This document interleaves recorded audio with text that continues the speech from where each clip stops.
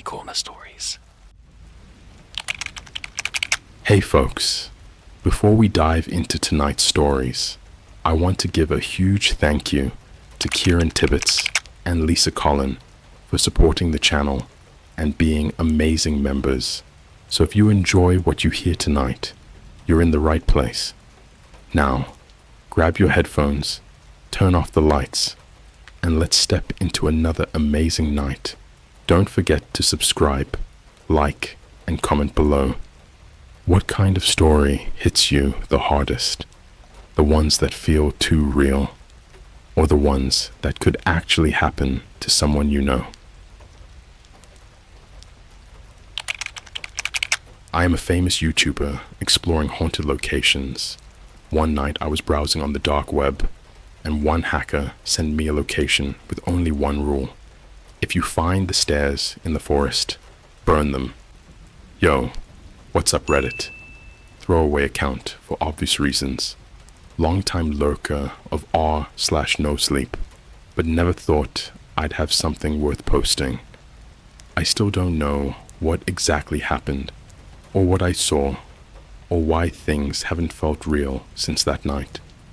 But I'm not posting this for karma or clicks. I just need someone else to hear it.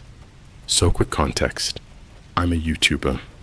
Won't say my channel name for privacy, but let's just say I got big off of doing haunted location vids, urbexing, abandoned asylums, ghost towns, creepy backwoods cabins with "don't come back" spray painted on the walls. That kind of content. Think Luna Crossed with Sam and Colby, but a little more raw. I've done collabs. I've been on that trending page a few times. I had a deal with Spotify podcasts for a little while. Anyway, this story isn't about a brand deal. It's about the one night I wish I'd just hit sleep on my MacBook and went to bed. It started like this. It was around 1:45 a.m. I was editing a new vid from a haunted arcade I shot up in rural Oregon. I was exhausted, sipping cold Starbucks I'd left on the desk since noon. The monitor was glowing, Final Cut was lagging, and I was deep in a Reddit rabbit hole on my second screen. You know, creepypastas, haunted 4chan screenshots, even those low-quality TikToks of real shadow people caught on camera. I'm into all that, and then I got a DM on Discord. I didn't recognize the username. Just a string of random letters and numbers. No profile pic. Looked auto-generated like a burner. The message just said, "I know what you're looking for." I almost laughed. Thought it was a fan or troll trying to bait me. I get weird messages all the time. People trying to sell me ghost footage, fake rituals, even one guy who said he could get me a tour of the back rooms, IRL. But something about this one gave me pause. Maybe it was the timing.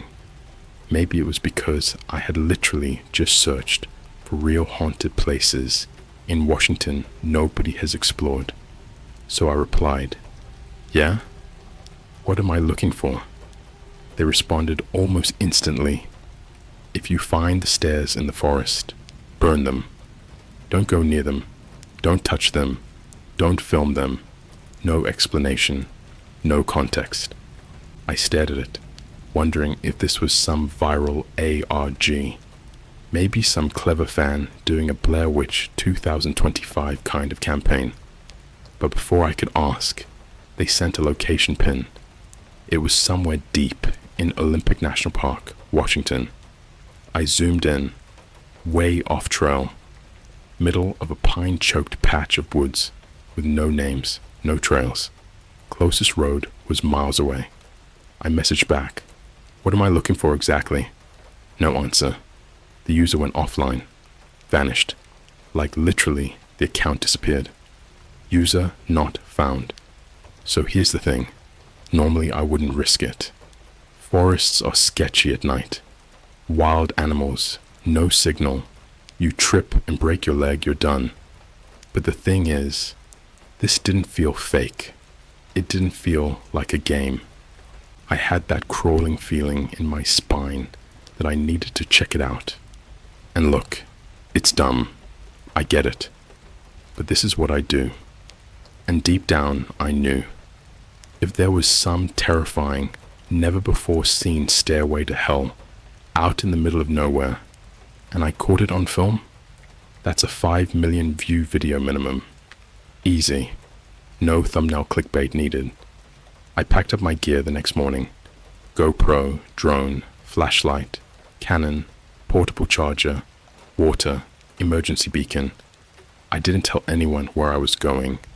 Only scheduled a tweet through Buffer that said, "New vid coming this Friday, Haunted Forest." Dumbest decision of my life. It took 4 hours to hike from the nearest road to where the pin dropped. And man, the whole hike felt off. I don't mean creepy sounds or someone was watching me.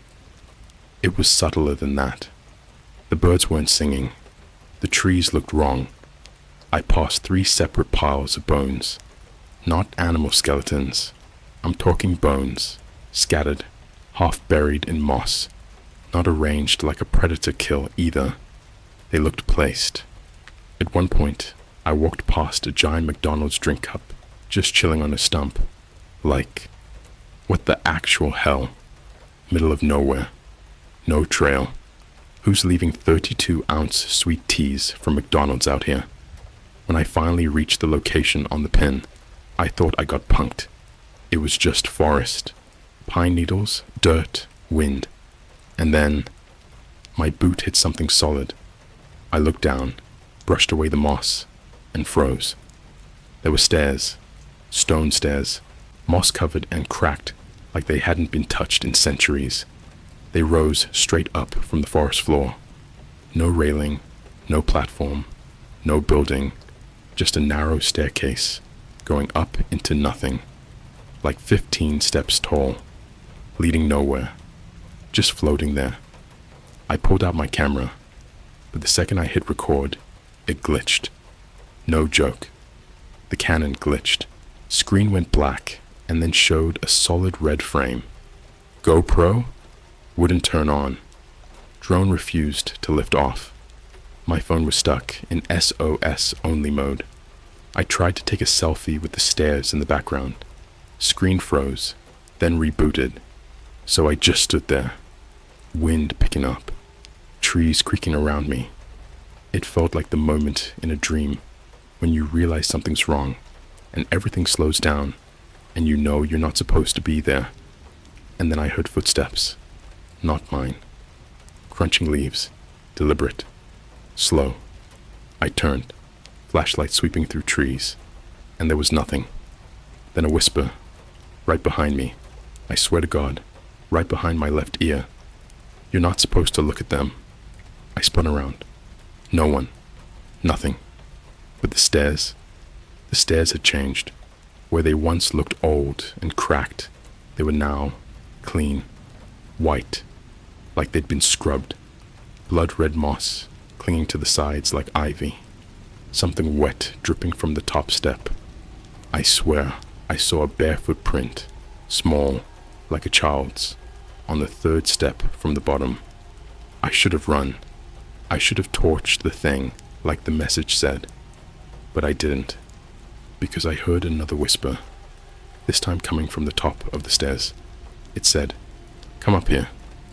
It's better up here." And without thinking, I reached for the bottom step. That's when my backpack burst into flames, like literally ignited. Out of nowhere. No spark, no warning. 1 second it was normal. The next second it was burning like a fireplace. My water bottle melting. I threw it off, stomped it out, heart racing. And the stairs, gone. Just not there anymore. Forest floor, no stone, no moss, nothing. I looked at my GPS again. The pin was gone too. That's when I knew I needed to leave. I ran. No cinematic outro, no thanks for watching, no drone flyover. I ran until my legs gave out and I slept face down in the dirt. I haven't told anyone until now. I deleted the Buffer tweet. Never posted the footage. What little there was somehow corrupted. My GoPro won't even boot, but I keep hearing it.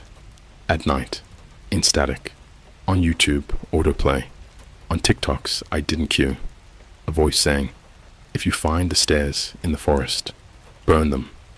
And the worst part, last night I found a new location pin in my inbox. I didn't open it. Yet. I don't dream anymore. I watch things, not memories, not nightmares, just footage, like someone's filming inside my skull. Low res, washed out VHS kind of shit. Every night now, I see the same thing.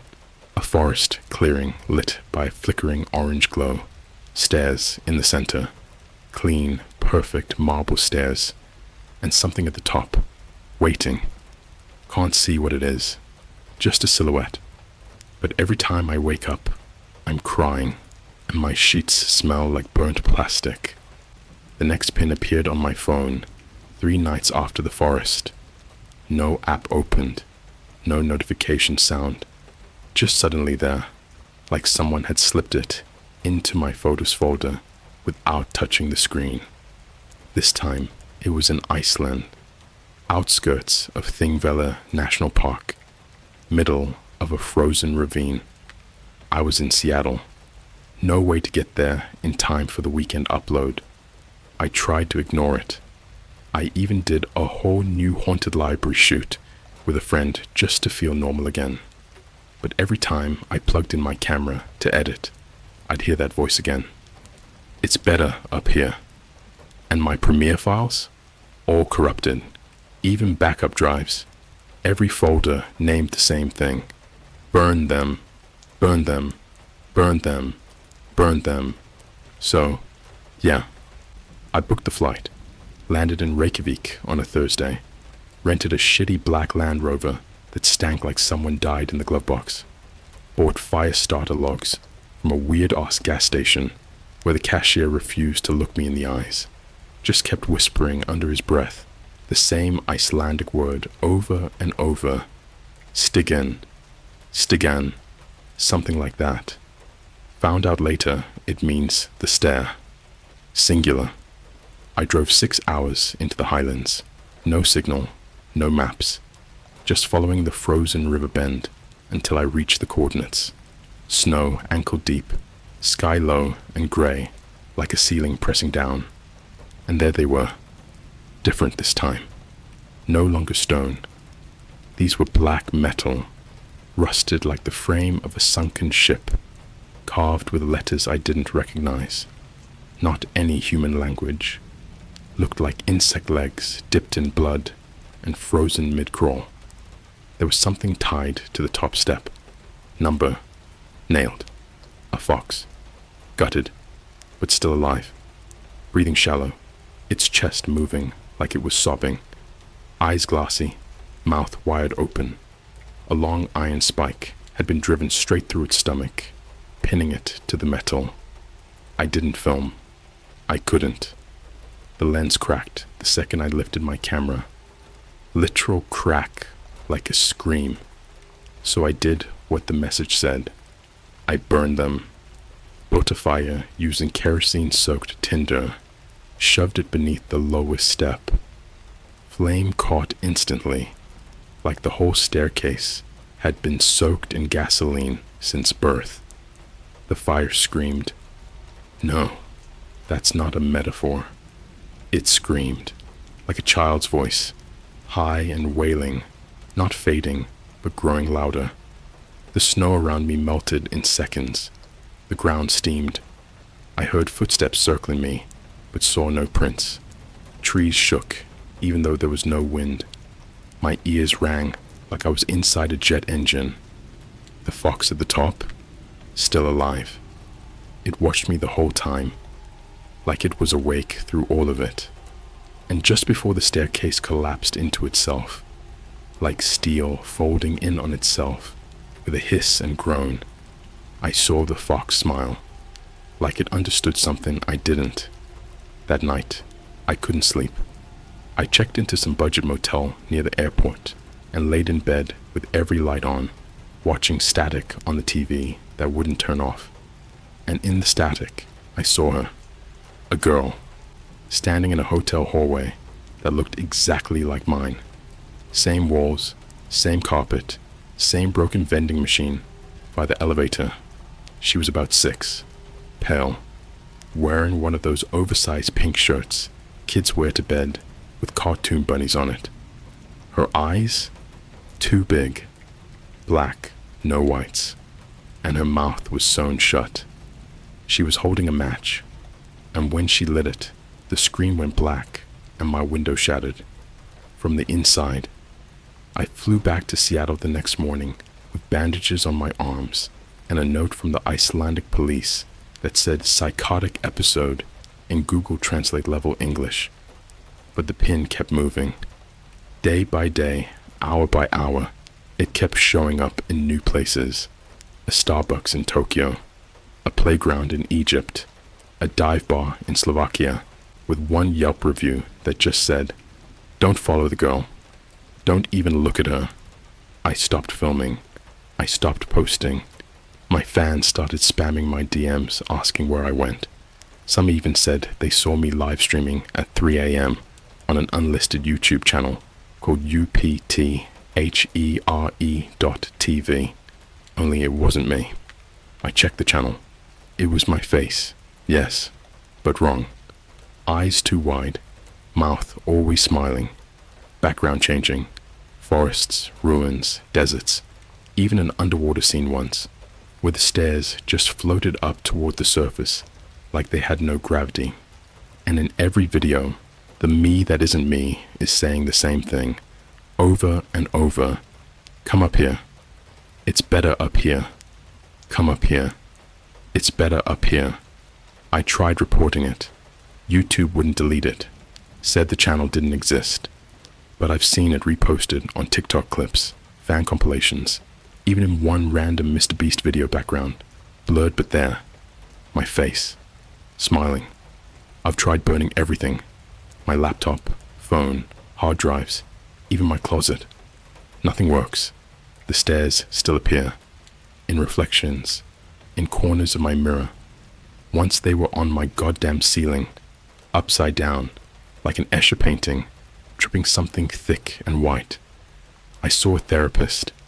He lasted 1 session, told me I needed inpatient care, then emailed me 2 nights later, a video file titled, "Don't Let Her Talk to You." When I opened it, it was footage from his own security cam, in his office. Night vision. 3:08 a.m. There was a girl, small, bunny shirt, no eyes, no mouth, holding a match. When she lit it, the feed went dead. Next morning, his office burned down. No survivors, not even the therapy dog. All they found was a melted fox plushie nailed to the wall. And yeah, I've seen things worse than death since. I won't describe them all. Some shit sticks to your mind like tar and never washes out. But the worst was the 3rd staircase. This one was in Arizona, middle of the Sonoran Desert. Sand so hot it cracked my boots. I didn't want to go. I begged myself not to go. I had dreams where people I loved were strapped to the steps, screaming my name.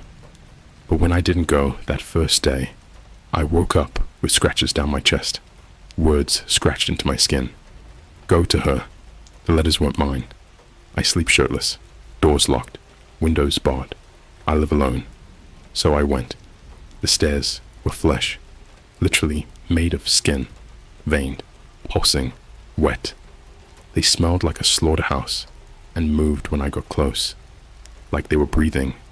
There were no footsteps that time, no whispers, just a heartbeat, slow, deep, like it was coming from inside the earth. And the top of the stairs, there was a throne, and she was sitting on it. Not the little girl, not anymore. This thing, this shape, wore her skin like a dress, too big now, tall, unfolding and refolding like it was trying to stay compact. Its face split vertically, eyelids on the sides, mouth where its forehead should be. It didn't speak. It opened, and inside was me, not a reflection, not a hallucination. Literally me. Bound, gagged, skinned halfway down, blinking slow like a tortured puppet, lips sewn shut just like hers used to be. I ran. Didn't even try to burn it. That was 6 days ago. I haven't slept. I haven't eaten. Every window I look through shows stairs now. Every shadow forms the shape of steps. My bathroom tiles spiral upward like a staircase to nowhere. I think she's inside me now. I hear her in the faucet. I see her in Instagram filters. My eyes turning black for a single frame. I can't upload anything anymore. Every time I try, it posts footage I never filmed, and every video ends the same way. My voice, her voice, whispering, "If you find the stairs in the forest, don't burn them. Bring them home." I tried smashing the laptop. Didn't matter. The screen cracked, keys scattered, battery hissed, and bled lithium like a dying animal. But when I picked up the largest shard, the reflection still showed it. That channel, that face, not mine, but shaped like mine. And I swear, as I held the glass, it smiled. I didn't smile. I haven't in weeks. It started auto-playing in everything. Spotify shuffled to a podcast I never subscribed to, just breathing, uneven, wet, like someone was chewing underwater. The captions just read, up, up, up. Even when captions were disabled. Netflix, Amazon Prime, Instagram Lives, TikToks. Every platform knew the name. UPTHERE.TV. No login, no uploads, no UI, just static. Then stairs, then voices. My own voice, but twisted. Unnatural timing, guttural behind the vowels. It would say things I never said in places I've never been. And then one night, it uploaded something new. It was called Entry 34, the Basement Compilation. It auto-played on every screen in my house, even the broken ones. The thumbnail was a stairwell made of teeth. I don't mean carved to look like teeth. I mean actual human incisors and molars, set into bleeding gums that twitched as you looked at them. The video started with a city skyline. Normal. Beautiful even. New York, Tokyo, Sao Paulo, Dubai. All overlapping like mirrored time-lapse. Then a voice, slow and cracking, like an old modem said, "This is what the world looks like when you're not watching." Then a cut. To me. In a room I'd never seen. Wearing a mask made of VHS tape and fingernails. Standing in a circle of TVS. All playing me, walking up different staircases in different places. Grocery stores, airports, hospitals, a Chuck E. Cheese, my childhood home. And behind each staircase, always the same silhouette. That thing pretending to be a girl, holding a match. And then it said something that made me vomit. "You brought them home. Now watch." The screen split. Left side showed me now, present day, watching in horror. Right side showed my mom, sitting at her kitchen table, drinking tea, reading an old newspaper. And then, stairs, just appeared behind her. Quiet. Perfect. She didn't see them at first. The camera zoomed as she stood up, confused. You could tell she heard something. She walked toward the stairs, and the footage froze. Then the camera turned, violently, as if someone else was now holding it. And you know what it showed? Me, standing behind her, masked, smiling. She turned around, and then the screen went black. I FaceTimed her. No answer. I called her landline. A man picked up. I don't have a fucking clue who he was. He just whispered, "Too late," and hung up. I drove 7 hours that night, blew through 2 speeding tickets, slept at a gas station for 30 minutes because I couldn't keep my eyes open. Her house, empty, but not normal empty. The windows were all sealed, with flesh, human skin sewn shut across the frames with coarse black thread. The mail was inside the mailbox, but the paper was bleeding from the edges, like someone had stabbed it with something diseased. The door was open. The air inside was thick, yellow, buzzing. Every light bulb in the ceiling had eyes. I don't mean stickers. I don't mean illusions. They blinked. They watched. The microwave was playing a silent VHS of stairs being built in reverse, from ash and bone, piece by piece. The couch had been split open and stuffed with wet hair. My mother was in the basement, only it wasn't a basement anymore. The stairs downward had folded up, like the whole structure had been inverted. Gravity didn't care. Neither did time. My phone said it was 3:33 a.m., but the clock on the wall spun forward and backward like it was being tortured.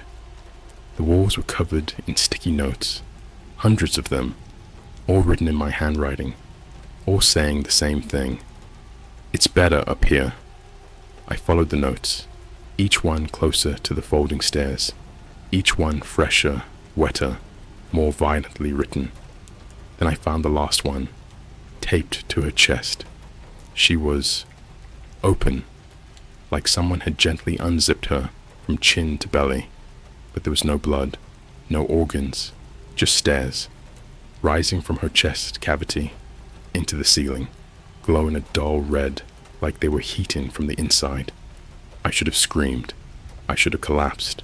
I should have died. Instead, I climbed. Each step was warm. Each step made me forget something important. First, my name, then my face, then my reason for coming. I only remembered when I hit the 7th step, and the wall behind me sealed shut. No going down, no going back. At the top, there was no room, just a void, the same void from the dream. The girl was waiting, but now she had no face, just an open door where her head should be. And inside that door, 1,000 TV screens, all showing you, reading this. She whispered through the doorway, and the words came out in your own voice. Now you'll never stop climbing. I blacked out. Woke up 3 days later in a forest in Romania. No memory of flights, no passport, no shoes, covered in ash. A camera strapped to my chest, with one video saved. Entry 35, the view from up here. I haven't watched it, but people have. Strangers message me at night saying they saw me on YouTube Live walking through their backyard, saying I stood at the foot of their stairs, saying they heard my voice in their baby monitor whispering, "It's better up here." I can't end it, because now the stairs appear in me, in my scars, in the folds of my brain on MRI scans. Doctor said it looks like someone carved a spiral staircase into my frontal lobe. I bleed upwards, and now I know what's at the top. I just don't know how many more steps it'll take to reach you. There's no beginning to this anymore. No timeline. No, I woke up and no, this happened last week. I've stopped pretending I'm still the narrator of this story, that I'm a person telling you something that happened. That version of me burned out somewhere between the 4th set of stairs and the time my own shadow started taking photos of me without a camera. They're not stairs. Not really. They were never built by human hands. And they don't go up. Not the way we think of it. They go through flesh, through thought, through self. And the ones who made them, they're not gods. They're not aliens. They are older than meaning. They didn't shape the stairs for us. They shaped us for the stairs. Let me explain, or try to. I found the archive by accident, or maybe it found me. A burnt SSD arrived in a padded envelope. No return address. Smelled like melted wax and spoiled milk. I connected it to a backup rig with a Faraday sleeve and double-layered gloves. The second it booted, My monitors turned off, and my walls started humming. One file, no name, just a timestamp, -3 hours. I ran the file. No video, just sound. Pure tone at first. Then, language, if you could call it that. It sounded like teeth talking through concrete, wet syllables, grinding metal consonants. But I understood it. Not with my ears, with my bones. That's when the lights went out, and my floor dropped 1 inch. I measured. I wasn't in my apartment anymore. I was in a replica. Perfect. Except off. Every object in the wrong place by a few inches. My couch stitched from something that breathed. My fridge humming in Morse code. And where my bathroom used to be? A staircase. Straight up. Endless. Clean. Made of something like bone and bronze. And on the first step was a symbol. A spiral of mouths. No eyes. No hands. No crosses or pentagrams. Just mouths. Whispering. We are the builders. You were made to climb. And so I did. The higher I climbed, the less I remembered. First my name, then my face, then color, then language. At step 144, I could see myself below me, climbing still. At step 309, I looked down and saw you reading this.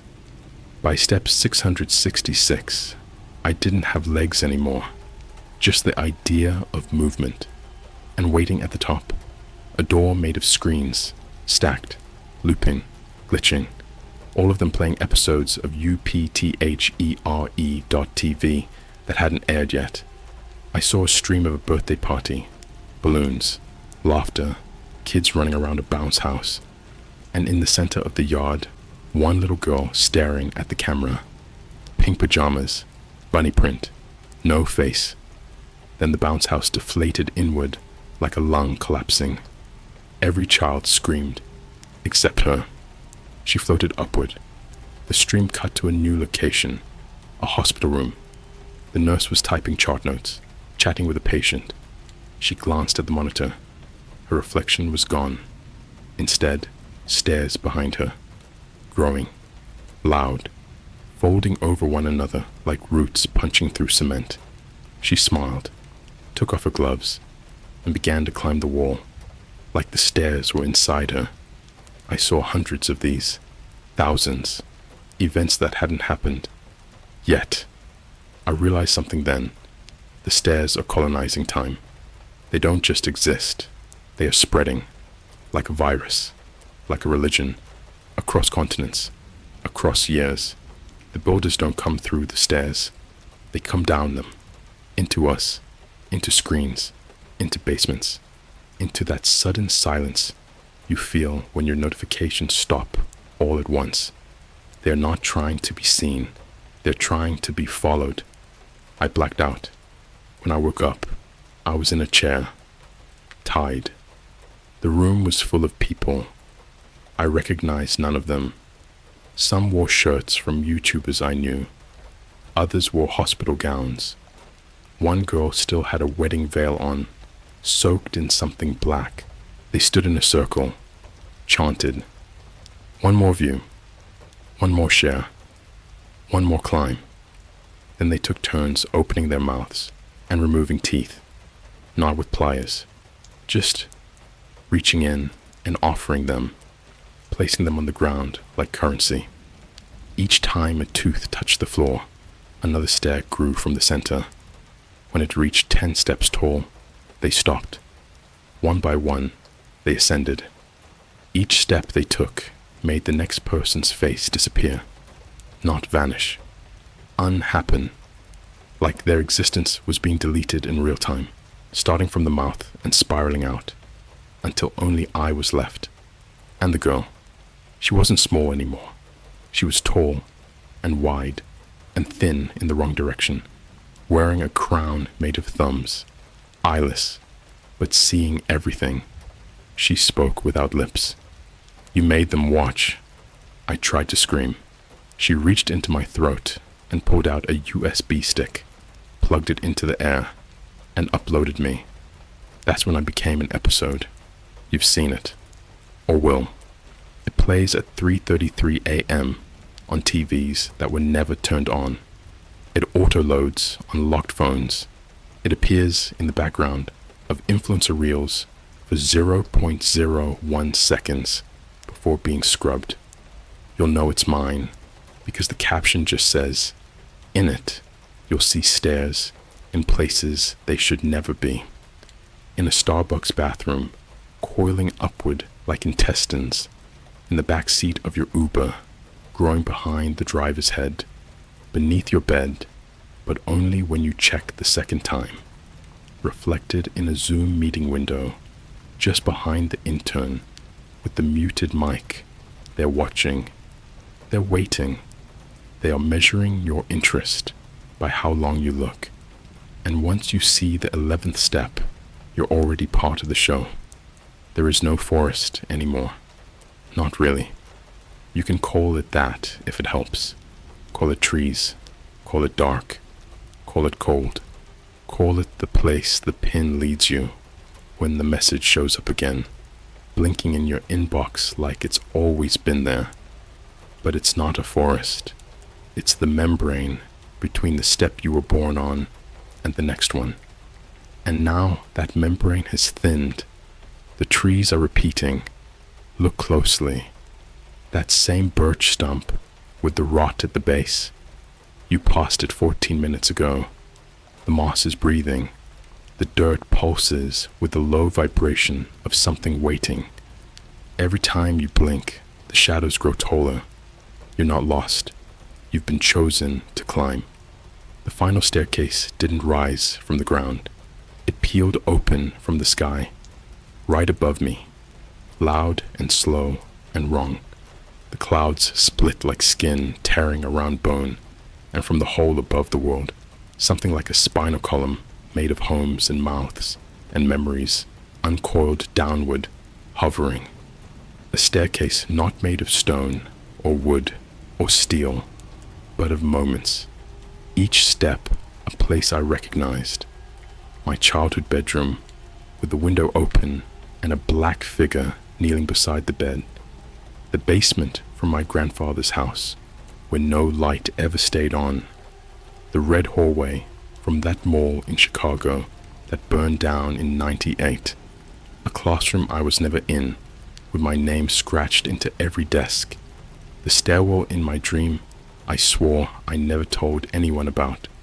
Each time I stepped upward, something inside me cracked. Not bone, something deeper. Like I was slowly remembering a version of myself that never got born. I climbed for what felt like forever, stretched across a screen. There were others on the staircase. I couldn't speak to them. Some were crawling. Some were blindfolded. One was dragging a suitcase made of his own spine. One wore the face of a family member I couldn't remember having. Some walked backward, chanting in a voice that sounded like everything I've ever regretted.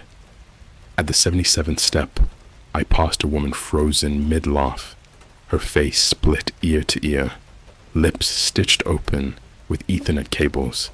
She was holding a TV. It was playing you, sitting where you are now, reading this. Behind you, the static began to move. At the 144th step, I saw a hospital gurney slowly ascend past me.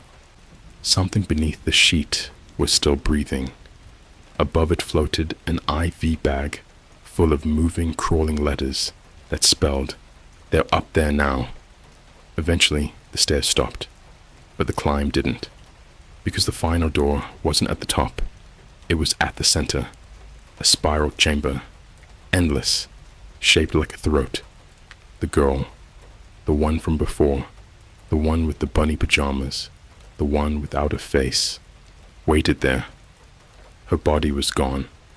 She was made of reflections now, and when you looked into her, you saw the parts of yourself that looked most like her.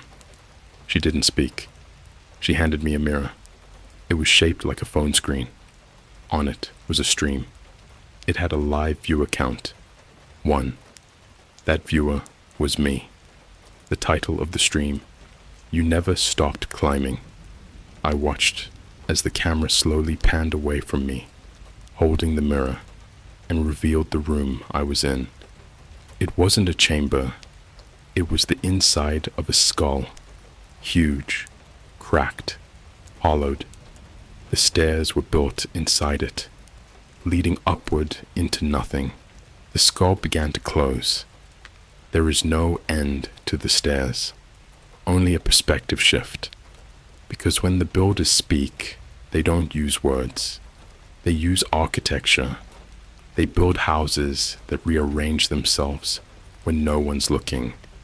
They build neighborhoods that loop until everyone inside forgets their last name. They build phones that turn every voice memo into an episode. They build language that spirals like bone. They build you. The stairs were never the danger. You were. You are the stair. You are the next step. UPTHERE.TV is not a website. It's a signal. It rides through uploads, shares, comments, engagement. Every time you watched just to see what happens, you became another rung. Every time you clicked to part 2, then 3, then 4, you didn't realize what you were doing. You weren't watching the climb. You were helping build it. So let me tell you the final truth. There are no more viewers, only participants. And if you're reading this, if you made it to part 5, if the image of the stairs is in your head right now, you've already taken your first step. Soon, you'll see it in small ways. A shadow behind your closet that bends upward, your hallway stretching longer after midnight, the sound of bare feet ascending wood in a house with no stairs, dreams that smell like burned pixels, reflections that lag a little behind, live videos that autoplay while you sleep. And then, one day, you'll see a pin, coordinates, a forest, maybe, a subway station, a gas station bathroom, the center of your own bedroom. It won't matter where, because you won't resist. You'll follow it. You'll find the stairs, and you won't burn them, because by then, you'll understand the truth. It's better up here. It's better up here. It's better up here.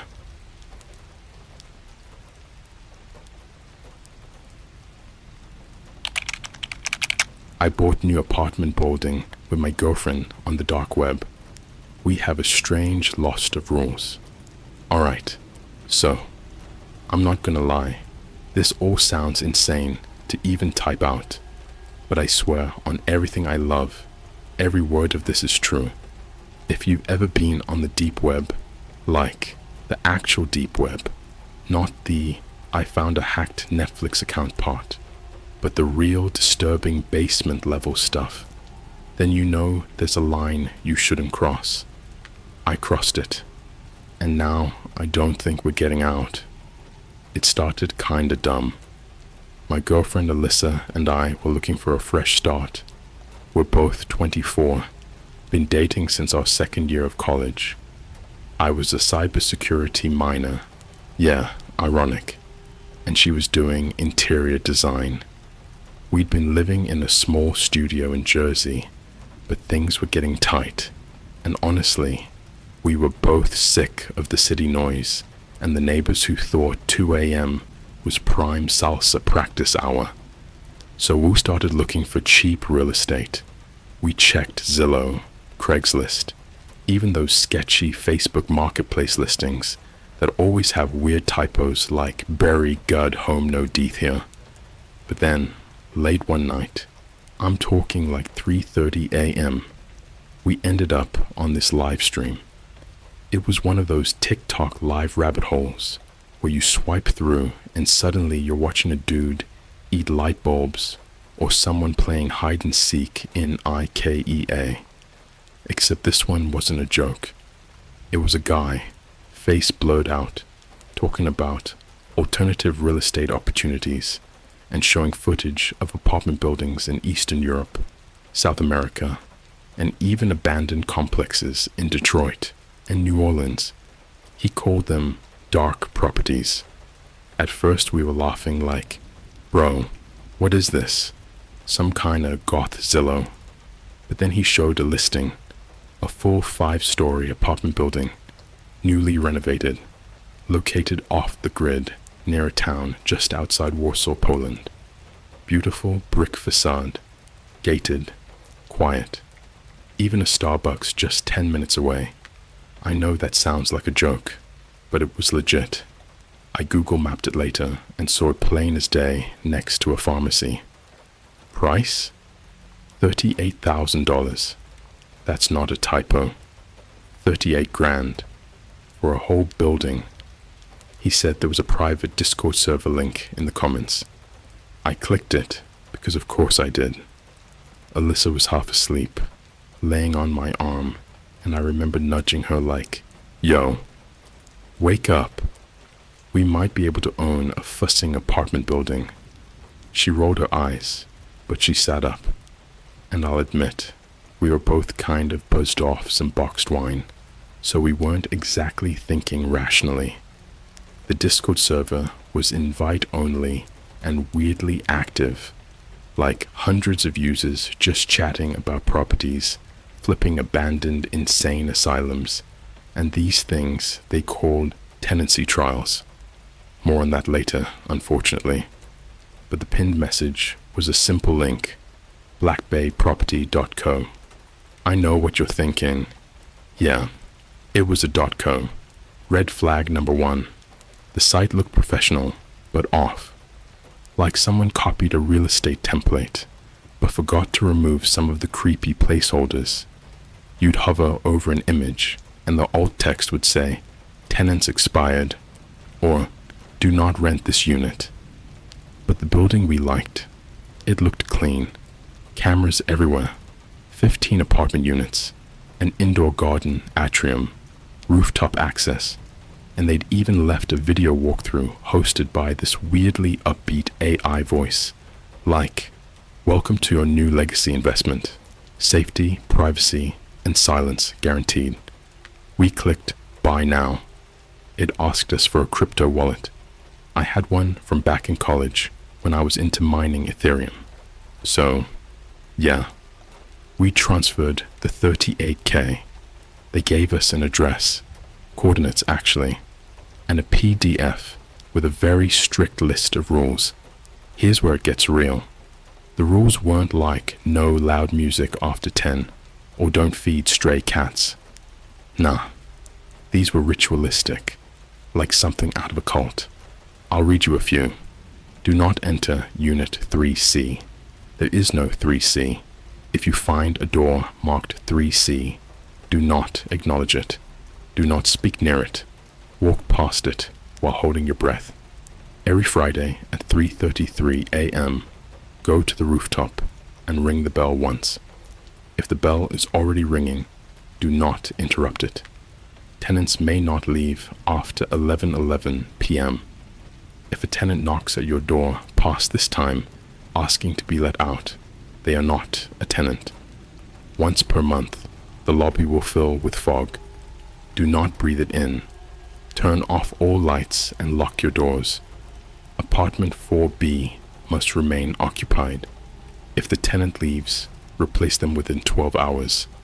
Some rules were even more cryptic, like, don't look at the mural in the basement backwards, or don't ask questions during the 9th hour. It listens. We were laughing at first, like, come on, this had to be some viral game, right? But the thing is, the keys were already on their way. We got the tracking number the next day from DHL, and they showed up. 2 old school brass keys in a black velvet envelope. That was 2 weeks ago. As I write this, it's almost 11 p.m. here. We moved in 4 days ago. There's no Wi-Fi. I'm using a hotspot from this janky prepaid SIM card I bought at the Warsaw airport. And here's the messed up part. There is a Unit 3C. It wasn't on the floor plan, but there's a door across the hall from us. where the fire exit is supposed to be. And this morning, when I took the trash out, there were scratch marks on the floor in front of it, like something had been dragged in. Alyssa swears she saw someone standing at the top of the stairs last night. A man with a coat, just staring, not moving. When she blinked, he was gone. And tonight, I think I heard the bell. I don't know what we bought. I don't even know if this place can be sold. But the other tenants, they don't speak. They look at us like they're waiting for something we're supposed to do.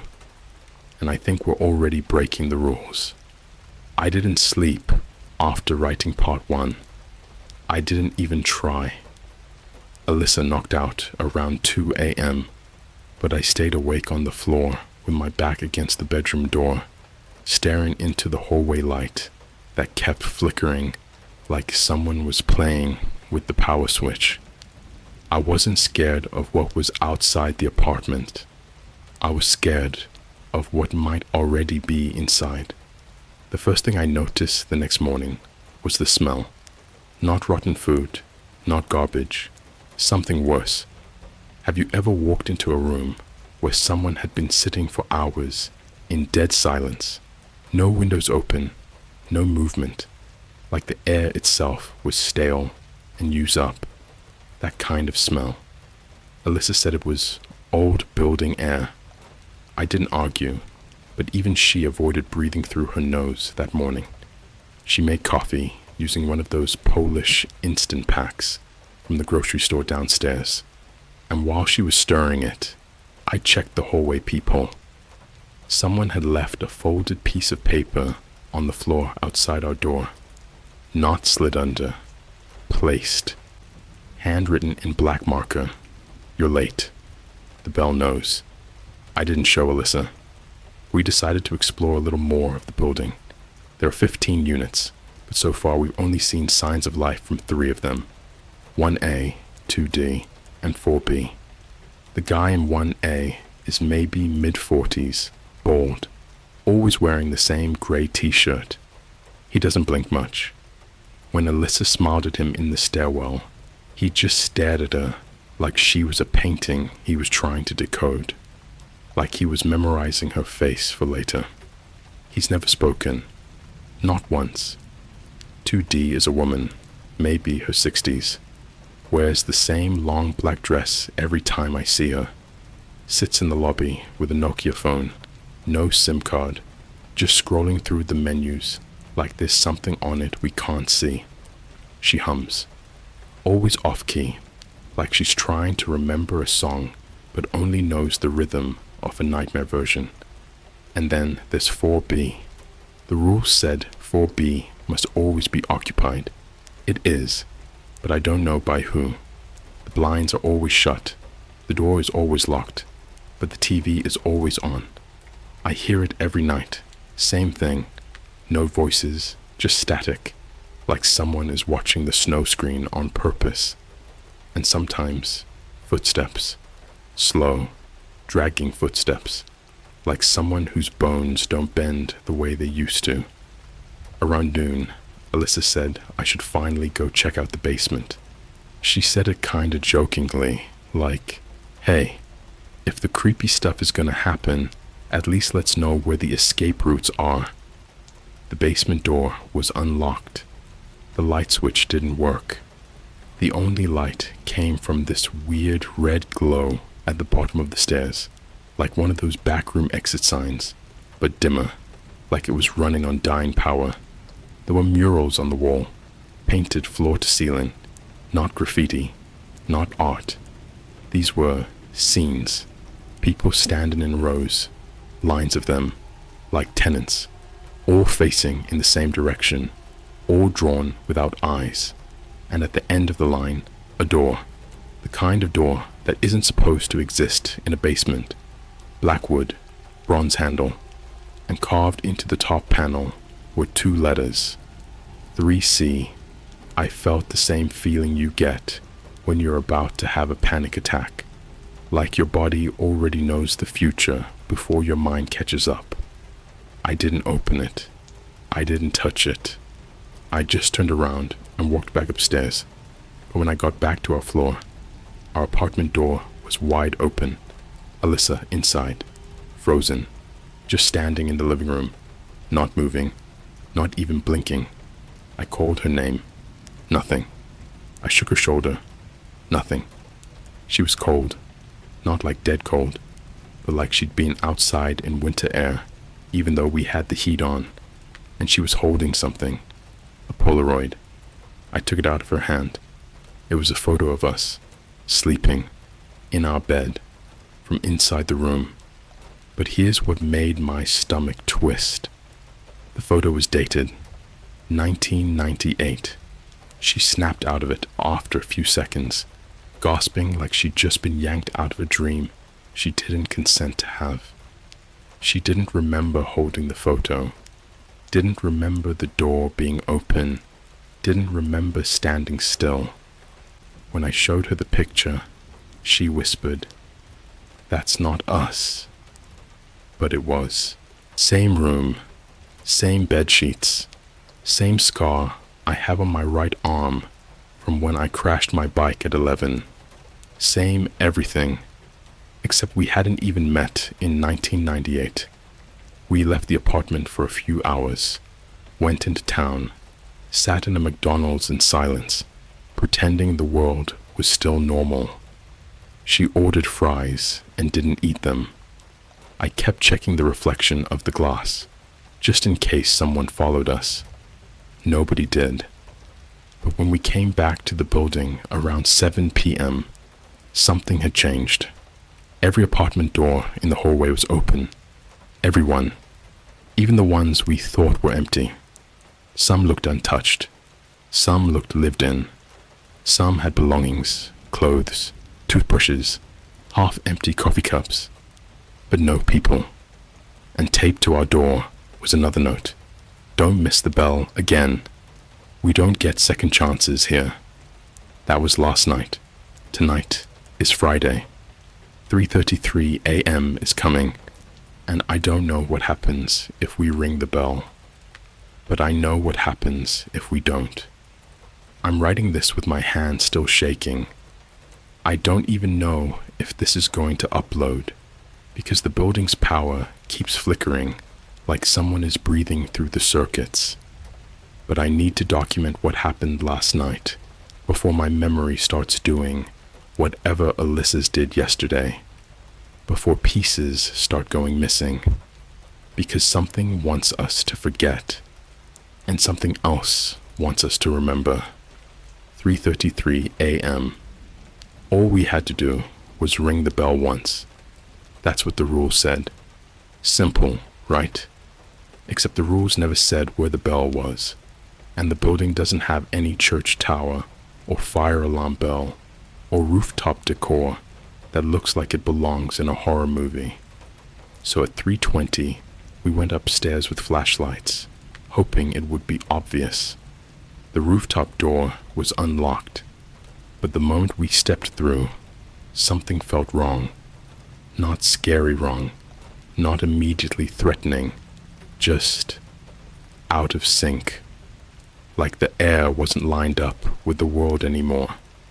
Like we walked onto a stage in the middle of a play, but no one told us what scene we were supposed to act in. There was fog, not normal rooftop mist. Fog so thick it moved around us like fabric, reacting to our presence, curling against our ankles like a cat deciding if it wants to bite. And then we heard it, the bell, not ringing, not chiming, breathing, a deep metallic inhale, like something ancient struggling to wake up. Alyssa pointed a flashlight, and that's when we saw it. Not a normal bell, not something hanging from a frame. It was a pillar of metal in the center of the rooftop, the shape of a bell, but welded shut at the bottom, like it had once rung freely, and someone forced it silent. And carved into the metal were dozens of names, some in English, some in languages I didn't recognize, some scratched in panic, some neatly engraved, some crossed out, some burned over. Near the bottom, a fresh one. Alyssa R. I didn't see mine. Not yet. We didn't have a hammer, or rope, or anything. Just our hands. The rule said, ring the bell once. I was ready to hit it with my flashlight, but before I could, Alyssa just reached out and knocked. 3 knuckles. Soft dong. It didn't sound like a bell. It sounded like a scream trapped in metal for 100 years trying to escape. The fog stopped moving. The air froze, and the lights in every apartment below us turned on, one by one, like the building had been sleeping but decided to watch. Then somebody started walking onto the roof. Not running, not rushing, just walking. I turned to the door, expecting maybe the bald guy from 1A or the humming woman from 2D. No, it was tenants I didn't recognize. Some old, some young, some burned, some rotting, some with eyes that weren't eyes anymore, just black pits like someone scooped the person out and left the face behind. They formed a circle around us. They didn't speak. They didn't blink. And then, one of them stepped closer and tapped the bell too. Dong. Then another. Dong. Then another. Dong. All in the same rhythm as Alyssa's knock, like she had given them permission. I grabbed her arm to run, and her skin was ice. She wasn't moving again. Same trance, same empty stare. Except this time, she was smiling. Not a normal smile either. You know when someone forces a smile for a photo and only the mouth moves? This was worse. Her lips stretched like something was pulling them from inside. I tried to pick her up. She didn't budge. She weighed nothing, but wouldn't move. Like she was anchored to the concrete by something I couldn't see. That's when the tenants turned to look at me, all at once, like synchronized mannequins. The oldest one, this guy who looked mummified, but still breathing, raised a hand and pointed at the bell. He didn't speak with a voice. He spoke inside my head. Once for entry, twice for surrender, 3 times for offering. I didn't hit it again. I dragged Alyssa away. Hard. I don't even know how I broke whatever hold was on her. But the moment I did, we sprinted for the stairs. As soon as the door shut behind us, the hallway downstairs echoed with the sound of the bell. Once, twice, 3 times. Not from us. From them. We locked ourselves inside the apartment and listened. And from that rooftop, above the concrete, above the Warsaw skyline, above the McDonald's 2 blocks away, and the Starbucks across the street, and all the stupid normal things that shouldn't coexist with this, we heard screaming. Dozens of voices screaming at once. Some male, some female. Some sounded like children. Some sounded like animals learning to scream like humans. And underneath it all, metal, scraping, dragging, like something was crawling around the outside of the building, looking for a way in. At sunrise, everything was silent again. Every apartment door was closed, every light off. No tenants in the hallway. But the note taped to our door was different this time. Not handwritten, typed. You rang, you were heard, but you did not obey. And below that, smaller. We don't write your name until after the 3rd ring. I checked the bell again in my head. 3 times. They rang it. Not us. Which means they offered someone else. We just don't know who yet. Or what. Alyssa hasn't spoken since. She just sits on the bed, facing the window, waiting. Like she's listening to something I can't hear. I don't think she's fully here anymore. I don't know if she ever came back from the rooftop. There's something moving in the walls now. I hear nails or teeth or something sharp scraping behind the plaster. Like something is tracing where our heads rest at night. And I found something new this morning. under the door. Not a note. A key. A silver key. With a tag. 3C. We never opened it. But I think the building wants us to. And I think if we don't, it will open us instead. I didn't sleep after the rooftop. I don't think I even blinked for more than a second at a time. Every time I closed my eyes, I didn't see darkness. I saw that circle of tenants around the bell, all staring, all silent, waiting like they knew something I didn't. Alyssa still hasn't spoken. She sits in the same spot every time the sun rises, on the floor, knees up, staring at the wall across from our bed, not crying, not blinking, not reacting to anything I say, just listening. I don't know what she hears, but last night, I finally heard it too, and now I understand why there's a rule about 3C. At around 9:40 p.m., I heard tapping in the hallway. Soft, slow, deliberate. Not footsteps, not knocks. Like someone was dragging a nail down the wall outside our door. I looked through the peephole, but the hallway was wrong. Not empty, not dark, just different. Like the camera filter changed, but the real world didn't. The walls were damp, not painted, but wet. Like the whole floor had been underwater for years, and then someone drained it without drying anything. The doors looked swollen wood, like they'd been breathing for too long, and the wallpaper wasn't there anymore. Instead, the wall was covered in handprints, thousands of them, some small like children, some huge, like no human hand should be, all overlapping, all pressed into the wall like they were trying to push through from the other side. And below all of them, a door that wasn't there before. Unit 3C. No number plate, no hinges, no light under the frame. Just a black door and a silver keyhole waiting. The same kind of key I had in my pocket. I should have thrown the key away. I should have burned it. Instead, I did something worse. I tried to Google the building. No results. I tried searching the address. Maps showed a construction site, not a finished building. I tried looking up the ownership history. The browser froze, then crashed, then restarted on its own. But when the screen came back, my tabs weren't the same. All of them had been replaced with one page, a live video, grainy, black and white, silent, security footage from inside 3C. I don't know how I knew, but I did.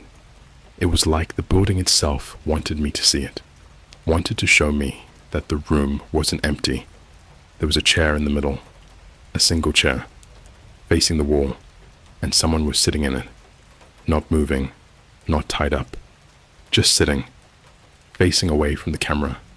The hair was long, dark, tangled, wet, like they just came out of the ocean, but never dried. I leaned in closer, and the person in the chair lifted their head, not fast, not sudden, just enough that I could see the shape of their jaw. And then the live stream stopped, and my reflection appeared on the black screen. Except Alyssa was standing behind me. Except she wasn't. I turned around. She wasn't there, but the laptop still showed her reflection, standing behind me. Still, expressionless, head tilted, and her eyes were pitch black.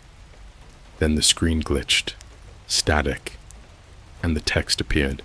You open the door, or the door opens you. And then the laptop shut off, like something exhaled through the wires. I didn't want to go into the hallway, but the key was getting warm in my pocket. Not like body heat, like it had been sitting on a stove. And then I heard it, a voice on the other side of the apartment wall, not muffled like a neighbor, right against the drywall. Let me in. Not shouting, not angry, just spoken calmly, like the person wasn't asking me, They were telling me what was going to happen anyway. I didn't respond. I didn't move. And then I heard the doorknob to 3C turning. Not our door, the hallway door. It was unlocking from the inside, like someone was in the room already. Like they wanted me to know I didn't need the key. They could open it without me. I didn't open the door. But at 2:17 a.m., something changed. Every single light in the building turned on at the same time. The tenants walked into the hallway together. The silent old man, the woman with the Nokia, the burned kid with the missing eyes. People I never even knew lived here, all facing 3C. They stopped in front of it, and every one of them turned their heads toward our door. And the old man spoke again, not with his mouth, but inside my skull. We kept it closed for you, but you have the key, and keys are not meant to be wasted.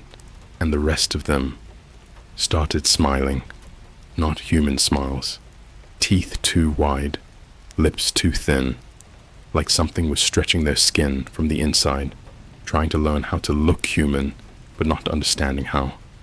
And behind them, the black door of 3C opened by itself, just a crack, just enough to breathe. And the smell that came out wasn't rotten or dead. It was familiar, like old perfume, like someone you used to know, like someone who never should have been here. Alyssa stood up, walked toward the door, didn't look at me, didn't blink, just whispered, "They found us." And I realized something. We didn't buy the building. The building bought us. The door to 3C opened wider last night. It didn't creak. It didn't swing. It shivered open, like the air itself was parting, like a wound splitting open through time, not wood. The tenants didn't move. They just watched Alyssa walk across the hallway, with the silver key still in my hand, even though the door no longer needed it. I followed her, not because I wanted to, because I couldn't not. My body wasn't mine anymore. My bones were full of memories I didn't make. My hands moved like they remembered things I'd never done. When we crossed the threshold, everything shifted. 3C was not a room. It was a reflection of us, of our apartment. Same bed, same shelves, same dent in the floor where I dropped the heater 2 days ago. But everything was darker, older, wet, like someone rebuilt our apartment from a dream of it, and then left it to rot. Alyssa sat on the bed, and the door slammed shut behind us. No lock, no knob, no exit. The lights turned on by themselves, not from the ceiling, from beneath the walls, like the wiring was alive and moving. And then the VHS player across the room, I swear to God, a fucking VHS player, when we never owned one, started playing. Grainy static, then footage of us sleeping, of me walking into 3C last night, even though I hadn't, of Alyssa looking at the camera, eyes completely black, mouth wide open, whispering something over and over that I couldn't hear, until the volume spiked so loud it blew the speaker. "You brought it with you. You brought it with you. You brought it with you." The walls began to peel, not the wallpaper, the actual wall. Strips of plaster curling down like dead skin, revealing mirrors behind them, but not reflections, memories, some mine, some hers, some not ours at all. One mirror showed me, as a child, staring at this building from across the street, even though I'd never been to Poland before this trip. Another showed Alyssa working in her apartment alone last year, but her windows looked out into 3C, not Jersey. Another mirror showed someone watching me through our laptop screen, and in the corner, a final mirror that wasn't glass at all, but a door, and a doorknob, spinning, without anyone touching it. The tenants were inside now, not outside the hallway, inside 3C, sitting, watching, one on the floor, one upside down on the ceiling like gravity forgot them, one kneeling in the corner with a face made of melted light switches, and they were all mouthing the same thing. "Your name is inside now." I turned to Alyssa. She looked at me and said, "It only needed one of us." And that's when the floor split, right down the middle. The carpet peeled back like skin, revealing stairs, not down, but in, not stone, not concrete. Teeth. Stairs made of teeth, flat, yellow, molar-shaped stones stacked like a jaw left open. Alyssa walked down, without speaking, without looking back. I didn't follow. I ran. I slammed my shoulder into the door of 3C, and this time it broke open like it had never been locked, and I was in the hallway again. But everything had changed. No lights, no tenants, no sound, no door to 3C, just an empty wall, like it had never existed. I ran back into our apartment, or what I thought was our apartment, but the moment I stepped inside, my phone vibrated. One notification. Instagram. New memory tagged by at Alyssa is waiting. I opened it. It was a photo. Not recent, not filtered. A Polaroid. Of me. Standing inside 3C. Smiling. With no eyes. Caption. "We live here now. You brought it with you." That was 3 days ago. I haven't seen Alyssa since. But I see versions of her. In the mirrors. In the reflections of my phone. In the window of the Starbucks across the street, standing inside, but the store is closed. She doesn't move, just looks at me, smiling. Every night, the silver key reappears. I throw it away. I burn it. I flush it. And every night, it's back on the table, waiting. And now the building is getting bolder. My email account sent a message to someone in my contacts, even though I haven't used it in months. Subject: move in. Body: brand new unit open. Midnight tour available. Bring someone you love. My phone has footage in the gallery I didn't take. Me, sleeping. And sometimes in the background, a door with a silver keyhole. No matter where I am, you think the story's over. It's not, because you read it. Because now you know, and the building remembers everyone who knows. That's how it spreads, through story, through memory, through you. So if you start seeing signs, mismatched reflections, repeated numbers, fog where there shouldn't be, a door that doesn't belong, and a key you don't remember touching, don't open it, because the building already did. But you should probably check your door. There's something on the floor outside it. You didn't hear a knock, but it's there. A silver key and a tag. 3C.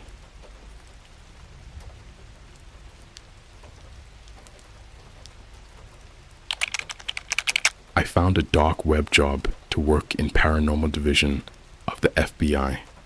We have strange rules to follow. Alright, so, before I even start this, I need to say, don't go looking for this job. I'm serious. If you're reading this and thinking it sounds like a joke, like some edgy Reddit story, or a TikTok ARG, cool. That's exactly what I thought too. I was dead wrong. It started about 4 months ago. I had just moved back into my mom's basement in Michigan after my attempt at living in New York flopped hard. Rent was too expensive. My job ghosted me after 2 months, and the best thing I had going for me was a YouTube channel with 6,000 subscribers where I told spooky stories while vaping into a blue LED microphone like a bootleg Luna. Anyway, this one night, I was doing what I usually do when I'm spiraling, laying in bed, scrolling through Discord servers and watching animated horror stories on YouTube with that weird robotic narration and 90s style shading. You know the ones. At like 3:47 a.m., I get this notification. It wasn't from any of my apps. It was a system level pop-up, like the kind you get when your Windows update is ready. But it just said, "You have been selected for classified federal remote work.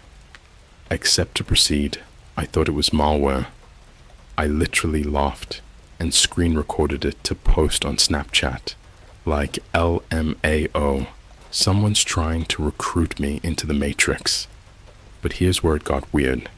Even after restarting my PC, it was still there. I couldn't click anything else. My keyboard was basically dead, and the only working key was Enter. I pressed it. A black command prompt opened. No GUI, no loading bar. Just a line that said, "Welcome, Agent. Do you consent to Rule 1? You may never disclose your name from this point on." I'm not gonna lie, I sat there for like 10 minutes. I thought maybe I'd triggered some creepy ARG, or it was a super deep web rabbit hole, like Cicada 3301 or something. But bro, I was bored, depressed, and kinda curious. I hit enter again. Another line popped up. Rule 2. You may not decline a mission once assigned. Rule 3. You must never go offline during assigned hours. I don't know what possessed me to keep clicking. Maybe it was the total stillness of the night, or the eerie vibe from that robotic voice in the horror story playing on my second monitor. Maybe it was the fact that my bank account had $14.27 in it. But I clicked enter until the screen went black. My PC rebooted by itself, and when it loaded back up, there was a new icon on my desktop. It was just a gray triangle with an eye in the middle, no label. I double-clicked it. The UI was like some retro FBI software you'd see in 90s movies, all grayscale. It asked for my fingerprint. I don't have a scanner, but somehow it worked. Then it said, "Welcome, Agent 1128. There were 3 folders on the main screen: Rules, Active Cases, Surveillance Review. I opened Rules first. There were 23 of them. Most of them were bizarre, but not immediately creepy. Stuff like, do not acknowledge faces in the background of video feeds. If you hear a second voice in a one-person interview, report immediately. Avoid looking directly at Class 6 entities. They are aware of observation." One stood out. Never answer the door after 3:33 a.m., even if it's your own face asking. Like, what? I honestly thought it was a prank. I DM'd a few friends, even sent them screenshots. One of them, JJ, messaged me back and said, "Dude, delete that. That's not a game. I think you found something real." I didn't even get time to respond. My mouse started moving by itself. Literally moving. It hovered over active cases and double-clicked. My webcam light flicked on. Now here's where things go from creepy to disturbingly real. The feed showed a Starbucks. Not any Starbucks, my local one. The one in downtown Ann Arbor near the Apple Store. It was a live feed. Time stamped 3:58 a.m. There was a guy inside. He looked late 20s, pale as hell, pacing in circles with a shredded trench coat and what looked like a plastic bag over his head. I don't mean like over his face to breathe or whatever. I mean full-on duct taped around his neck. I don't know how he was even alive. Underneath the feed, there were log entries, like incident reports. Here's what one said. Subject 44, D exhibits non-standard human behavior. Previously documented walking backward for 6 miles. Face does not reflect light. Attempted verbal contact resulted in bleeding from interviewer's ears. Yeah, I noped out of that folder so fast. But the moment I tried to close the program, my speakers let out this static noise, like a cassette being rewound, but wrong. Then this robotic voice came on, flat, genderless. Session locked. Mission initiation in progress. Then the screen turned blood red and displayed. Case assigned. Field interview. Subject 44. Location, Starbucks, 412. Liberty Street. I thought it was a joke. Like, this can't be real, right? But then my phone buzzed. No caller ID. I picked up. All I heard was, Agent 1128, you have 30 minutes. Do not be late. Now, look, I know I'm not the smartest guy. I vape Mountain Dew flavor. I once bought Dogecoin at the peak because a YouTuber told me to. But even I knew this was way beyond normal. Still, I grabbed my hoodie and keys. I figured if this was some prank, I'd film it. Worst case scenario, viral content. Best case, this was some rich kid ARG, and I'd get like $5,000 for playing along. I drove. The roads were dead. Not even cops. Not even a raccoon. It was so silent. I swear I could hear my own pulse. I pulled up outside Starbucks at exactly 4:27 a.m. and the lights were on. But it gets worse, because there was a bag-headed guy inside, standing still, facing the window, not moving, just waiting. I didn't even have to get out of the car to know something was wrong. The Starbucks was lit up like it was open for business, but the menu screens were frozen on an all-white display. No prices, no coffee names, just white. The doors weren't locked, but the open sign wasn't on either. It felt like the whole place was paused, like someone had dragged reality into Photoshop and turned the opacity down. And that guy, the one with the plastic bag duct taped around his neck, was still standing in the exact same position, facing the window, like a mannequin that got abandoned mid-crime scene cleanup. Except, when I stepped out of the car, he turned his head. Not his body, his head, like it was on a swivel, a full 90-degree turn. No shift in posture, no sound, no breath fogging the plastic bag, just that slow, jerky movement, like a stop-motion frame someone forgot to smooth out. I froze. Then my phone vibrated again. Enter. Do not speak first. Do not break eye contact. Do not touch the bag. No number, just the message. I thought about leaving. I really did. But something in my head wasn't letting me. Not fear, not bravery. It was this pressure, like a voice that wasn't a voice, just a certainty. You already said yes. So I went in. The bell above the door didn't ring. There was no sound. The second I crossed the threshold, it was like the world muted itself. No AC hum, no car engines outside. Even my footsteps didn't make noise. The guy with the bag slowly rotated to face me. His hands were down by his sides, fingers twitching in these unnatural little spasms, like someone trying to type mid-seizure. I tried to swallow and realized I couldn't even hear that. Then, the speakers in the ceiling crackled alive. No music, just a single tone, like the Netflix intro sound, but lower, stretched out, almost human. And then he spoke. Not the speakers. Him, through the bag. But his voice didn't sound like it was coming from inside his head. It sounded like it was coming from behind me, like somebody standing inches away whispering straight into my spine. Rule violation check. State designation. I didn't know what to say. I thought maybe it was AI, some glitching LARP NPC. I just muttered, Agent 1128. He didn't move for a full 10 seconds. Then the plastic bag pulsed, like there was something breathing inside it that wasn't lungs. The shape of his face pressed through the plastic, for a millisecond. Too long, too wrong. It wasn't a normal face. The eyes were too high, the mouth was too wide, and the teeth, no, not teeth. Something like teeth, something that didn't belong in a human mouth.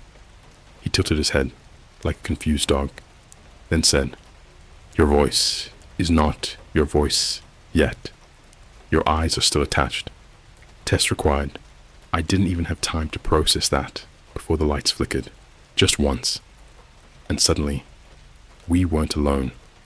There were people sitting at the tables, a full coffee shop, silent, motionless, no blinking, no breathing, every seat filled, men, women, kids, even a barista behind the counter holding a steamed milk pitcher mid-pour. But their eyes, every single one, were completely white, not rolled back, not cloudy, just blank, like somebody had erased their pupils with an editing tool. I don't know why, but the worst part wasn't the bodies. It was the smell. They smelled fresh, like they had just been there, like if I shook one, they'd move. Then the baghead guy took one step toward me. The floor creaked, without sound.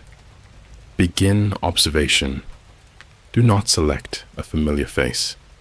If a face becomes familiar, turn away.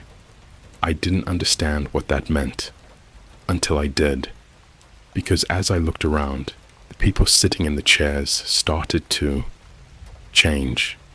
Their heads twitched, their faces shifted, and one by one, they took on the faces of people I knew. My high school chemistry teacher, my ex from college, my little brother when he was still a kid, even myself, sitting in the far corner, wearing the same hoodie I had on, and every version of a familiar face had that same expression, lips slightly open, eyes wide and empty, like they'd just seen something behind me and were frozen in that moment forever. I wanted to scream. I couldn't. I wanted to run. My legs wouldn't respond. My brain just kept chanting, "This isn't real. This isn't real. This isn't real." Then the baghead guy stopped beside me. I didn't even feel him move. He leaned in, plastic crinkling. "Which one remembers you?" My mouth moved before my brain did. "I don't know." He straightened up. "Correct. If one remembers, you are marked. If you are marked, you belong to them," I asked, finally able to speak. "Who are they?" And the bag expanded, like something inside it was smiling. "They are the ones who look back when you think you are alone." Then the light snapped off. Total blackout. I heard something move in the dark. Not footsteps. More like bodies being dragged in every direction at once.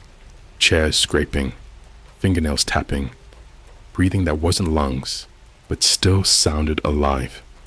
And then, right in my ear, not his voice, but my own voice, whispered, "One of them remembers." The lights came back. Everyone in the room was staring at me. Every single person, not blinking, not breathing, all with my face. The baghead was gone. The bodies were gone. The room was empty. The smell was gone too. But there was one thing on the table nearest me, right where my copy had been sitting. A phone. Not mine. The screen lit up with a single notification. Mission complete. Report for debrief. And then underneath it, Rule 14. You do not dream anymore. If you do, they are watching. I shouldn't be able to sleep after that. But I did. And what I saw in that first dream, that wasn't sleep. That was surveillance. And now I'm starting to think the interview wasn't about the baghead guy. It was about me. I didn't drive home after the interview. I woke up home. No memory of leaving the Starbucks. No gas receipt. Nothing on my phone. Just 1 second, I was surrounded by faces that wore my skin like borrowed meat. And the next, I was in my bed, face down, fully clothed and shaking like a dying animal. But it gets worse, because when I opened my eyes, the plastic bag was on my nightstand, duct-taped shut, wet from the inside, and there were fingerprints on the inside of the plastic. Not mine, not even human. I sat there staring at it until my nose started bleeding. My hands wouldn't move. I remember this overwhelming sensation in my spine, like my whole skeleton was vibrating at a slightly different frequency than the rest of my body. The air tasted like salt, and then the bag moved, just once. A twitch, like something inside it was trying to sit up. I shoved it in the bathtub and poured 3 bottles of bleach on it. Then I lit it on fire with a kitchen torch. My bathroom smelled like a crematorium in a meat locker for a week, but I didn't care. The thing screamed. Not out loud. Worse. It screamed inside my thoughts. You know that kind of screaming you dream about, where it's not coming from your ears, but your teeth. Like every molar is vibrating at the same time, begging for silence that never comes. That kind. And then it stopped. I thought it was over, until my phone buzzed. A new icon had appeared. Not the same triangle eye thing from before. This one was a black square. No symbol. Just void. I tapped it. Everything on my screen vanished. Every app. Every contact. My wallpaper went solid red. My front camera flicked on without permission, and then flipped. I wasn't seeing myself. I was seeing my own room, from above, like CCTV footage from the ceiling. But here's the thing. My bed was empty. In the footage, my bed was still made. No dent. No me. Nothing. Just a pair of shoes facing the closet, and an open window. I looked to the actual window in real life. It was shut. But the closet door was open. I had never opened that closet since I moved back in. Not once. There was no reason to. I used the dresser, but right then it was wide open. My breath caught, and I started shaking so hard I thought I was seizing. And then, this is the part I can't explain. My own phone started ringing. Not a notification. A literal ringtone. But my phone was still in my hand. The ringtone was coming from inside the closet. I stepped closer. Every inch felt like peeling your soul with a razor. I reached in, and inside the closet was another phone. My phone. Same lock screen, same wallpaper, same smudges on the screen, but I was already holding mine. I picked it up, and both screens lit up with the same message. Agent 1128. Begin debrief. Warning. Only one of you may continue. Then both phones buzzed. New notification. Rule 19. You must not observe yourself outside of reflections. If you do, break eye contact and pray. That's when I saw myself, standing in the hallway mirror, facing me. Only, I wasn't moving. He was. I stepped back. He didn't. He smiled. I didn't. He raised his hand, slowly, and pointed directly at the closet, not where I stood, behind me. I turned around. There was someone in the closet, bent, folding into a shape no spine should be able to handle. Wearing my hoodie backwards, the drawstrings pulled so tight that no face could be seen, except I could hear it breathing. Short, rapid gasps, like a dog panting after a run, but through a mouth that had too many teeth. It didn't lunge. It didn't speak. It just stood up, slowly, until its head scraped the top of the closet. I swear to God, it kept getting taller, joints popping, ribs stretching, limbs too long. It pointed at the second phone I'd picked up, and opened its mouth wide enough to crack its own jaw. Inside was another eye, not a human eye, like a goat's, horizontal pupil, reflective. I dropped the phone and screamed. The lights in my room exploded, like literally shattered. My lamp caught fire. I ran outside barefoot in the snow like a psycho, screaming for help, but my neighbor's house wasn't there. Like, physically gone, just a hole, where his house should be. Freshly dug earth, steam rising out of it, and in the dirt was a single laminated ID badge. FBI, Division 7, Paranormal Operations, Agent 1127, status, incomplete termination. There was a photo on it. It was me, but with my mouth sewn shut. I blacked out after that. Don't know how long. When I woke up, I was in a room that looked like a hospital, except it had no windows, no doors, and no nurses. The only furniture was a metal table with two objects, a stack of printed out incident reports, and a small glass vial filled with something thick and black. On the vial was a label, Dream Residue, collected from Agent 112, 8's cranium cavity. I didn't understand what that meant until I looked in the mirror across the room. There was a scar on my scalp, fresh, stitched. They had cut into my head. They had extracted something, but I felt no pain, only emptiness, like a part of me was missing. I finally read the reports, pages and pages, autopsy records of other agents who'd vanished, photographs of extracted entities.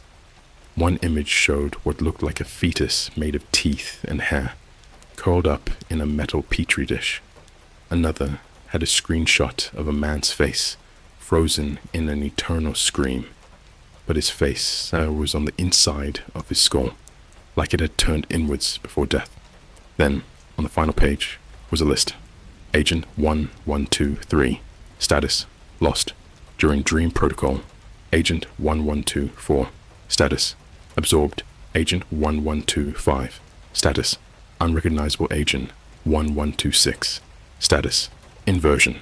Agent 1127, status, self-terminated during reflection. Breach. Agent 1128, status, active. I don't remember what happened after reading that, but I woke up in my bed again. The bag is gone. The phones are gone. My closet is nailed shut, but my webcam turns on by itself every night at 3:33 a.m. and I hear typing inside the walls. Not rats, not plumbing. Typing, fast, panicked, like someone's trying to warn me from the inside. Last night, something new happened. I went to brush my teeth and looked in the mirror. My reflection stared back, then blinked, twice. I didn't. I think whatever they took out of my head wasn't mine. Or maybe it was mine, and now it's free. I'm not supposed to be alive, but I am, and I don't know who's paying the price for that. I used to think fear was a reaction, something your brain invents to keep you alive. Running from wild animals, avoiding strangers in alleyways, checking the back seat of your car at night, that kind of thing. Now I know fear isn't a reaction. Fear is a presence, and once it notices you, it doesn't stop. It moves in. After what happened with the closet, after the second phone, after the waking up in a hospital room that technically didn't exist, I thought maybe I was losing it. I tried to keep myself awake for 3 days straight. YouTube autoplay, TikTok loops, cold showers, energy drinks until my hands shook. But eventually, my body just shut off. Not fell asleep. Collapsed. When I opened my eyes, I wasn't home. I was in a place that looked like my room, but it wasn't my room. Everything was in the same spot, but the walls were wrong. They weren't drywall. They were skin. Not bleeding, not gory. Just flesh. Pale. Hair embedded like wallpaper texture. It didn't pulse, but it remembered breathing. I tried the door. No knob. Just a slit the shape of a mouth. Stitched shut. Then I realized what was missing. There were no shadows. Everything was evenly lit, but there wasn't a single shadow anywhere. Not behind furniture, not under the bed, not beneath me. It was like light existed, but the concept of darkness didn't. Until I blinked. Because every time I closed my eyes, even for a fraction of a second, the shadows moved closer. Not objects, just shapes. Human silhouettes made of absence, waiting for me to blink long enough for them to settle into something solid. I kept my eyes open until they burned. That's when the wall opened its eyes. Not metaphorically. 2 eyes just appeared in the flesh wall. Horizontal pupils, cat-like, wet, blinking separately. They looked at me. Not the way a person looks at a person, but the way a starving animal looks at a meal it wasn't expecting to have to work for. And then, the stitching on the door mouth began to tear. Slowly, threads snapping one by one. No blood, just fibers ripping through skin. When the slit finally opened, there was no hallway, only a black corridor of teeth, hundreds on each side, pointed inward, like a throat shaped for swallowing standing people. And through that throat came voices, not screams, not speech, typing, keyboard keys being smashed, violently, rapidly, like someone was sending a 911 text through broken fingers. The sound got louder, closer, and then, in the darkness beyond the teeth, a figure crawled out, not walked, crawled, like a human trying to remember how bones work. They didn't look up. They were breathing like their lungs were full of glass. Their skin was loose, like it had been put back on wrong, and their fingers were worn down to flat, polished pads. No nails, no prints, completely smooth. I didn't know who they were until they lifted their head. It was the barista from the Starbucks. Same face, same hair, but his eyes were gone, sewn shut, and on his forehead, carved so deep the muscle showed, was a number. 1127, the terminated agent, the one before me. He didn't talk. His mouth was full of paper, literal paper chewed into pulp. He reached out one shaking hand and pressed something into mine. A USB drive, coated in saliva. It had a single word scratched on it. Watch. He opened his mouth wider, and I saw something moving deep in his throat. Not a tongue, something with fingers. I stepped back. He reached toward me again. No voice, but his head jerked like someone yanking invisible strings, and he collapsed. Face down, completely still. Not dead, just empty, like whatever was using him moved on. The room began to tilt, like a camera being rotated by a hand that didn't know which way was up. The walls melted, the ceiling stretched into a tunnel. The floor buckled like muscle spasming. I blacked out again. When I woke up, I was back in my real room. The closet was still nailed shut. Everything looked normal, except the USB drive was still in my hand, and it was warm. I plugged it into my laptop. I shouldn't have. I know that, but curiosity isn't a whim. It's a weapon things like this use against you. The drive contained only one file, a video, no thumbnail, no timestamp. Title, 112-8_CAM_01.mp4. I hit play. The footage was grainy, night vision green. A bedroom. Mine. I was lying in bed, asleep.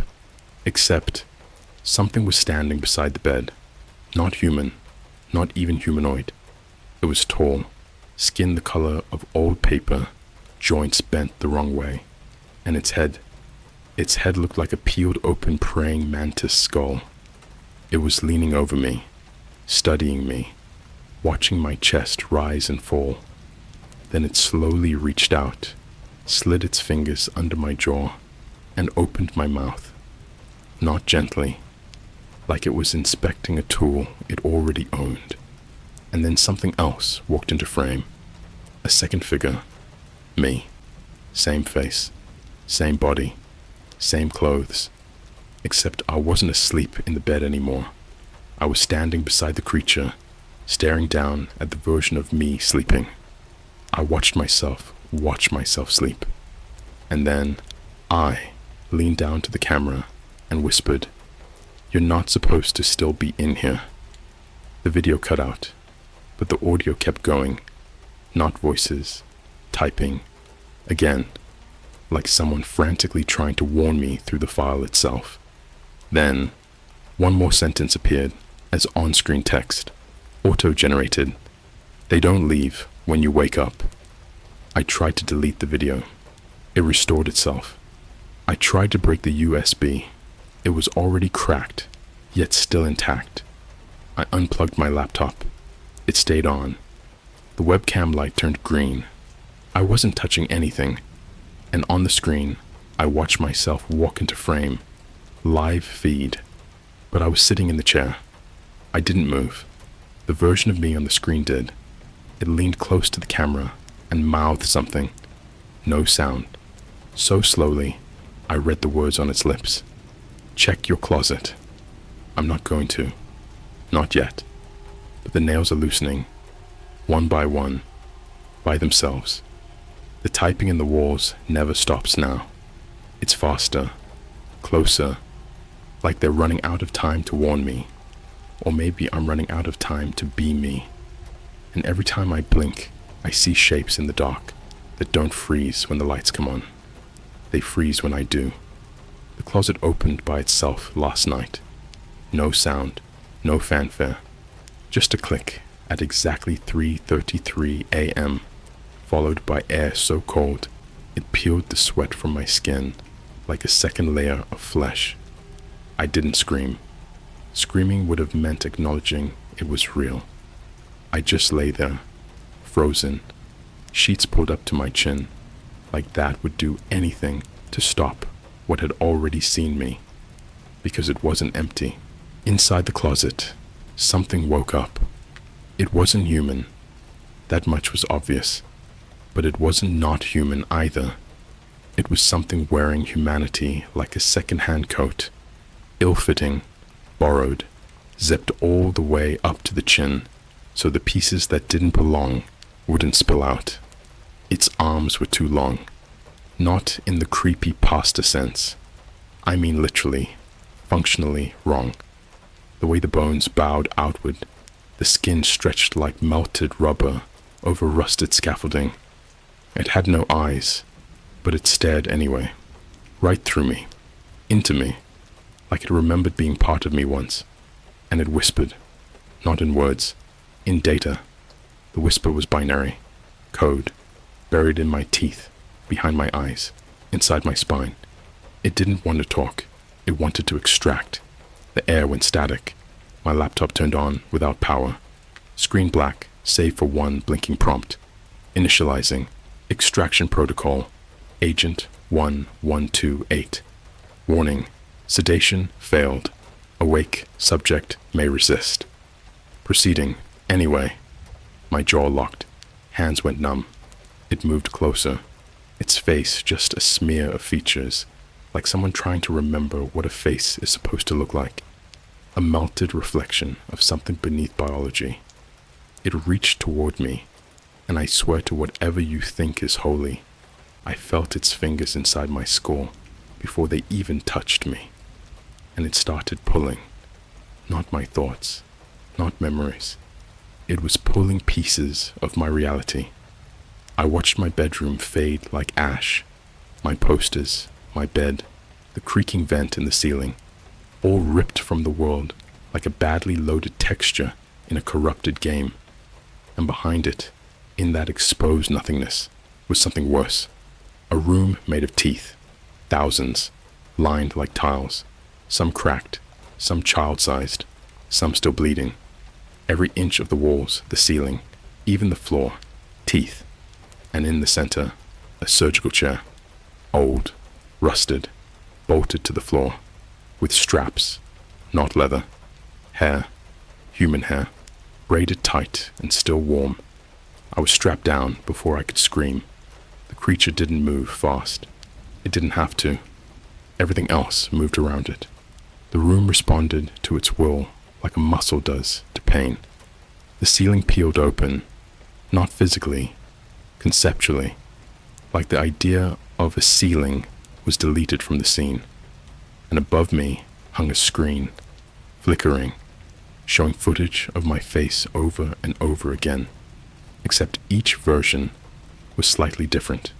One with no eyes, one with no mouth, one screaming until her skin sloughed off in sheets, one smiling wide enough to split the corners of her face open, and then one version of me turned to the camera and said my name, my real name, the one I haven't spoken since the job began. The screen shattered, the straps tightened, the creature inserted something into my ear. Not a tool, a whisper. It slid in slow, cold, like a worm of frozen air. I felt it curl behind my eye, blink once, and then I remembered everything, not just what I'd seen, but what I'd done, because I wasn't recruited. I was recycled. They'd done this before, and I'd agreed to it. 17 times. I signed the consent form every cycle, buried deep in contracts, disguised as Reddit posts, EULAS, Spotify updates. Each time I clicked, I agree, a little more of me was handed over, until there was nothing left but the memory of agreeing. That's what the job is, not protecting the world from the paranormal, feeding it.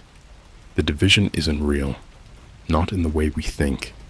It's a harvest farm, of minds, of selves. They assign you an identity, wind you up, throw you into an incident, a haunted Starbucks, a glitching feed, a reflection breach, and they watch. They watch how much you fight, how long you lost, how loud you scream before you break. And once you do, they extract the valuable parts, the trauma, the images, the irreversible neural noise, and they sell it, not to people, to the things that live behind the mirrors, in the reflections that don't follow your movements, in the data packets that buffer just a bit too long, things that were never alive, that want to know what it feels like, and they pay in reality. That's how new agents are made. I'm not the first agent 1128. I'm not the original anything. I'm an echo designed to shatter louder each time. And now, it's your turn. My webcam's on again. The light's green. The closet is open. But this time, it's not just one creature watching me. It's all of them. Every failed agent. Every devoured soul. Every version of me that screamed too late. They're watching you, because you read this, because you believed it. And somewhere, deep down, you whispered the one thing that signs the contract every time. What if it's real? Welcome to the division. Your first mission is already in progress. Check your screen. You are not alone.